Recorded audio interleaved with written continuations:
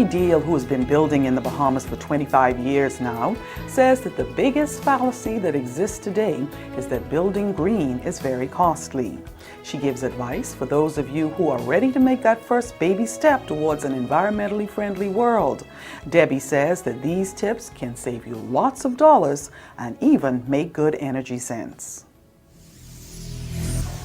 I guess all of us have watched shows on National Geographic and Discovery where you see people who live in houses that are made from recycled tires, or they have built a house out of straw and they've covered it with stuff. And so I think when you talk about a green building, most people think, oh, well, I don't want to live in a house that's made of tires or bottles or cardboard or tin cans or whatever. But it's not like that at all. Green homes today, the products that are on the market that are readily available for everybody to use are not that kind of a product. You have products like, well, I have one here. It's a recycled material. It's poly and wood put together. It's pressed to make it look like wood. It's vermin-proof and weatherproof, and it's already white, so you never have to paint it. You don't have to worry about termites eating it. You don't have to worry about it rotting because of the weather. This is something that you're going to put on your house. You can do it with your fascia and your boxing, and you will never ever have to touch that. I mean, that is an environmentally friendly house. It looks good. Nobody could tell me that this doesn't look anything like a piece of number 1x8 pressure treated wood that's been painted. The next thing, even like hurricane shutters. You can get really pretty hurricane shutters. The ones that are on the house that we have here are Bahama shutters. They hinge from the top, they're louvered, they're white. They come in many colors. You don't have to have them white. They are attractive looking. They take maybe 2 or 3 minutes to close up for a hurricane. So they're attractive and they're beneficial. Pretty much anything you use that is ecologically friendly is good looking. The isonine, which I mentioned in the attic, which looks like, you know, all this foam coming out. Traditionally what you would do, but this attic of course is just an attic. It's not going to be an attic that's going to be turned into a room. But traditionally they have these large blades and they slice it off when it comes past the rafters. And then if you wanted to do, you could put sheetrock on top of it or a T&G V-joint and turn it into a room if you wanted to. So any of the products that I should say that I use and that are readily available here are products that are very good looking products. I don't think anybody could take a look at our subdivision or look at the website and say, gosh, you know, this house looks different than any other house. It doesn't look any different. It will look different 10 years down the road though, because you won't be repainting it. You won't be doing all of the upkeep that people will be doing the next subdivision down with their homes if they're built at the same time. You can spend a bundle if you want to, using solar products and other products that are ecologically friendly. But I think what I would recommend for somebody who wanted to start and do something and not spend gobs of money. Yes, there are solar panels where you can put on your roof. You can actually buy solar shingles to put on your roof. You have to consider whether that is worth it for you to do or whether it's not worth it for you to do. One of the products that we also have is, if you didn't want to use solar panels, you could use the tankless water heaters. Now a tankless water heater to purchase is about $500. To install it's another $300, so it's $800. So if you have a tankless water heater on each of, let's say you have 2 bathrooms back to back, so they could use the one tankless heater, and you have your kitchen and laundry room back to that back, so they could use a tankless water heater, $800 really is not a lot of money.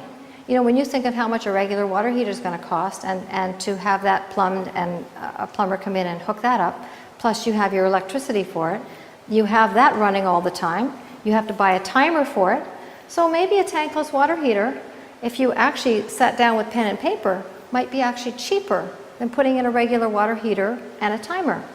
Other things like low flow shower valves. You can get a shower valve that one person asked me, well, how does it work if it's a low flow shower valve? Well, it's kind of like you take the hose and you're watering your grass and you put your thumb over the end of it and you get lots of water spraying.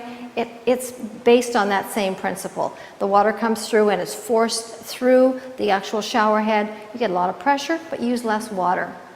Instead of using, let's say, 15 gallons for a shower, you might only use 5 or 7 gallons.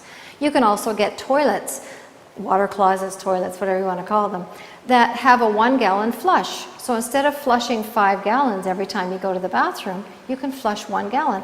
They're not much more money. They're maybe $100 more. But when you think on how much water you're going to save, you know, if you think that if you have a family of 4, you probably are going to have a toilet flush probably 50 to 60 times a day. That's a lot of water. That's 300 gallons of water just from flushing your toilets. So if you can actually save on that, so I don't find that expensive. If you're going to put in insulation in your attic, it's $2.75 a square foot for the isonine. And the other stuff, it's like $70 a roll, but then you have to have a carpenter come in and put it in and staple it on. And the cost to me is exactly the same. So, you know, it just depends on what you want to do. If you want to get, I would start out with my insulation. I would start off with my tankless water heaters, my low flow shower valves, my single-gallon flush toilet, a good solid ceramic tile, good solid cabinets and doors, Bahama shutters, and then the other things I would add in as you can add them in. And if, you know, if people say, well, the Bahama shutters are a lot of money, well, let's say one of them costs $300. That's what, 3 visits to the hairdresser and 3 times to get your nails done, and you got 1 hurricane shutter. You don't have to be running around when there's a hurricane looking for a piece of plywood to nail on your house that you're going to have to patch up afterwards, and you're going to have to store that plywood. So, you know, no, I don't think so. I think if somebody thinks that, if they want to just call me, I'll be more than happy to walk them through it and see how they could actually do it where it wouldn't cost them a lot of money. Funnily enough, you know, when you have to go to the bank and it's like a trial to go to a bank, so, you know, you figure, okay, well, you might as well just go and watch the news. So I go to the bank and stand in line like everybody else for the hour that you have to stand in line, and you listen to everybody talk. And people are really talking about, well, I have this really nice SUV, but it costs too much for gas, so I'm going to sell it, I'm going to get a smaller car. My husband and I are carpooling now. He's dropping me to work, and somebody else is picking up the children.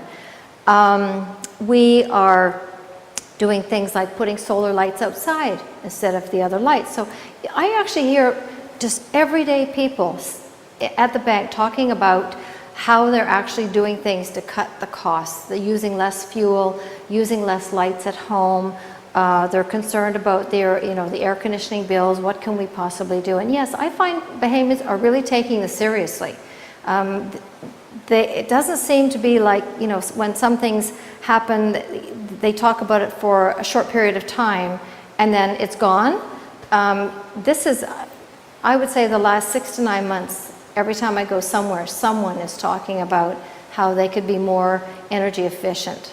If they already have their home, the first thing I would do is insulate their attic. That would be the first thing. Second thing I would do is I would add, I tend to like Bahama shutters. I like the look of them because they look like old Bahamian architecture. So that's why I go with that. But you can also do colonial shutters. I would do some kind of protection for the windows to filter the sunlight, whether it be a Bahama shutter or whether you tint your windows, do something like that. The next thing I would do is I would check your plumbing to see if you could maybe switch your toilets. A trick that my father taught me many years ago was he just took a brick and he put the brick in the back of the toilet tank, and all it does is displace the water so that you use less water. You use less water to fill it up and you use less water when you flush, and that doesn't cost you anything. The shower valves, a tankless water heater, those are the things that I would do. If you do have to replace any exterior doors, replace them with something that's good. Replace them with mahogany or oak or cedar. And it sounds expensive, but if you go to Kelly's have fabulous doors, not much money, and most of their doors that they have are mahogany. So you can buy them locally. You don't have to go away. And if there is anything that you really would like to get, I've worked with Mr. Collins at Tops, and I've said, I really want such and such, and he will search it out for me. He'll order it, and within a week and a half, 2 weeks, he has the product there for me. So considering we have to bring everything into this country to build houses anyway, what difference does it make what we bring in? Do we bring in MDF or do we bring in real wood? We might as well bring in real wood. And the building, all the building companies, supply companies, are more than willing to work with you.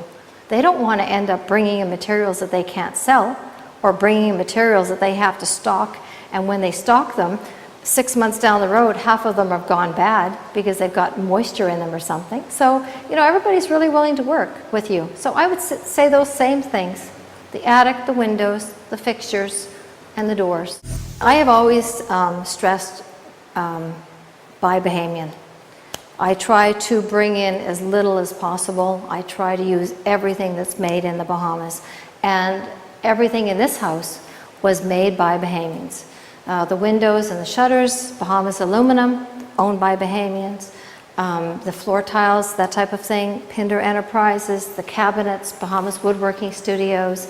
Naturally, every one of those companies have to bring their products in to make their product, or their materials in to make their product. But I mean, you know, we wanted the cabinets in 6 weeks. We got our cabinets in 6 weeks. You know, I ordered my shutters and I said I wanted them, you know, the end of March. I got them the end of March. So the only thing that I haven't found here that I really have to search for is this fascia board. And that's just something that I've had to source out myself. And nobody here has it, but I can get it in the States and get it here in 2 to 3 weeks.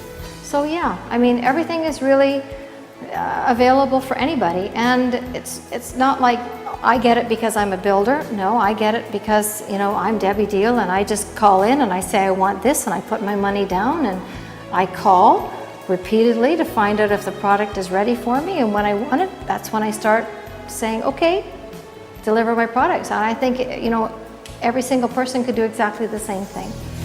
In the United States and Canada, the LEED certification system is already in place. This is the Leadership in Energy and Environmental Design rating system, which measures the standard of sustainability of a building structure.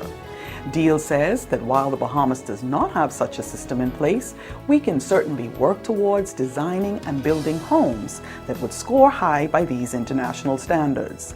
Deal says it's not only our responsibility to our country, but also to our children and to ourselves. That wraps up another edition of Green Nation, Healthy Nation. Thank you for joining us. I'm Gina Rogers-Seeley. Let's make the Bahamas a green and healthy nation.